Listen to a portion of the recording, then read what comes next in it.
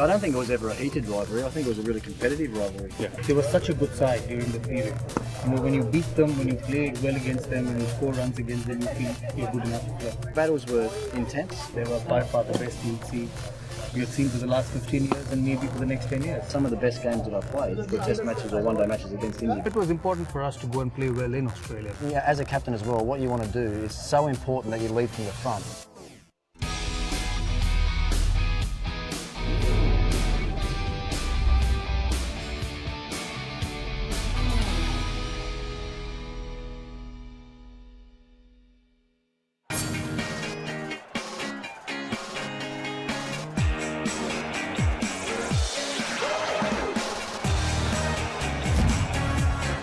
The future of a struggling team was invented by this man. Handed the reins at the turn of the century, he taught a nation to expect nothing less than victory. It's Ganguly with his shirt off, flint-off style this time. Taking the enemy on himself, he never backed down. A regal-looking shot. Flashing blade of Ganguly brings him another boundary. Standing tall against all that stood in his way. But every superhero has a nemesis. The leader of the baggy green, ready to unleash. The timing is good, the placement is good. Building a dynasty and making world domination a reality. But whenever the hero and his arch-rival collided, it was a battle for the ages. No matter the battlefield, sparks flew every time the two champions went to war. As captains, Ponting and Ganguly faced off 10 times in ODIs.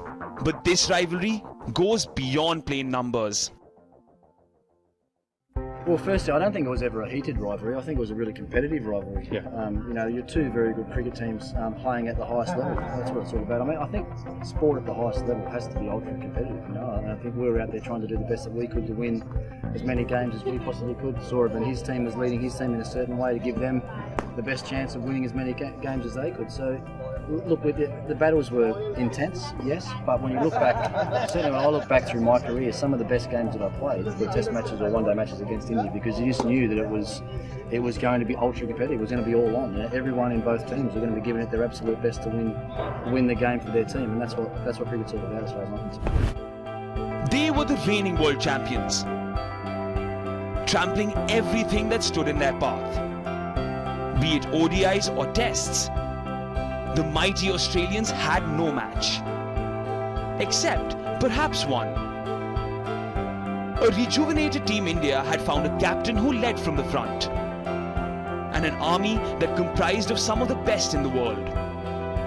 The early 2000s provided some of the greatest contests between these two cricketing powerhouses. From Kolkata to the Adelaide Oval, the men in blue took the fight to the Aussies. That one series made the cricketing world sit up and take notice of this intense rivalry. As one great performance after another signaled a shift in the world order. Also, the 2001 series against them, Australia, he was the captain. Steve was captain, but he was one of the best in the world as a batsman in that era. And it really changed us as a team, because they were such a good side during the period. When you beat them, when you play well against them, when you score runs against them, you feel you're good enough to play.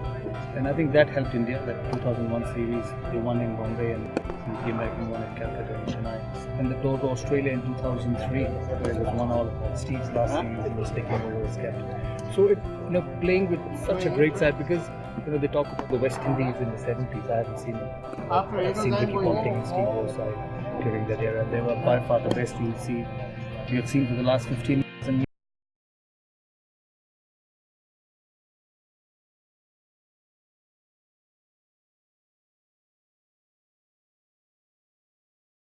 On a 15-test winning streak. With a solid batting lineup, the visitors were ready to maul the hosts. And they did just that in Mumbai, beating India by 10 wickets and taking their winning streak to a record-breaking 16. And then in Kolkata, they again had India reeling, until two brave hearts did the unthinkable and brought India back. The Turbinator also fired as Ganguly and company scripted the greatest of wins, They then sealed an exciting series in Chennai. While this team knew how to win from improbable situations, it also knew how to win on foreign soil. You know, it was important for us to go and play well in Australia because not many teams did well because they were so good. They would just finish test matches in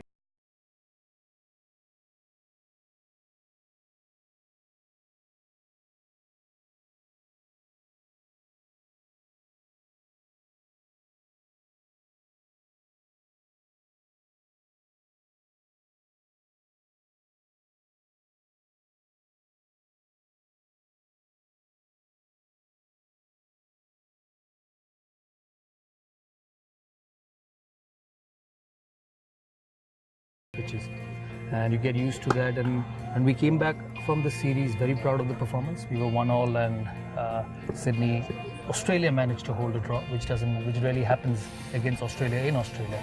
So we kept, every time we played them, our biggest aim was to come out as a better side.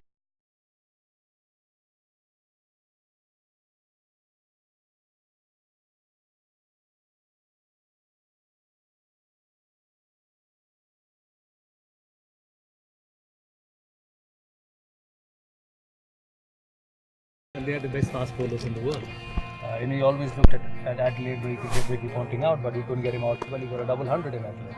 And you know, we went through that test match well. We got the first innings lead against Australia at Brisbane, where they've never lost a test match in 1980. It's a long time ago, Yeah, 1980, and then we went and beat them in Adelaide after they got 500. So it was a great series. Then he came back and beat us in Melbourne.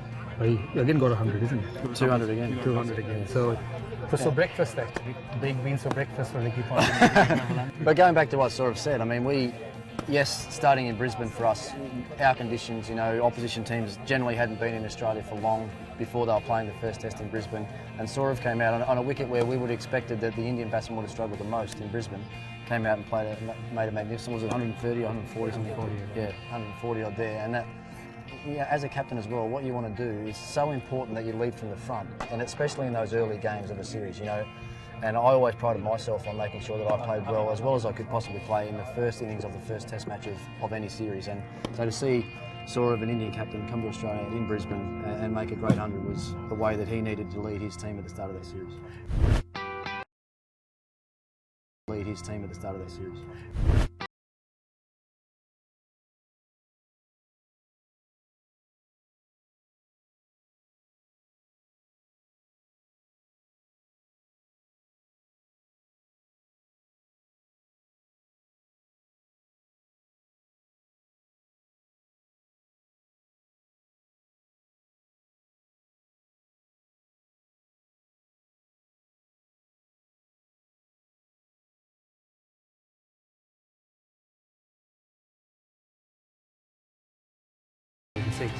Was the way we played the series in Australia, because that was an yardstick for all teams. You know, you go there and don't get rolled over. So special memories. They had some special players, as he said, and he was right up there. The 2003 series kicked off at Brisbane. While Ponting scored a half-century in both innings, it was Sourav Ganguly who stole the show with a 144.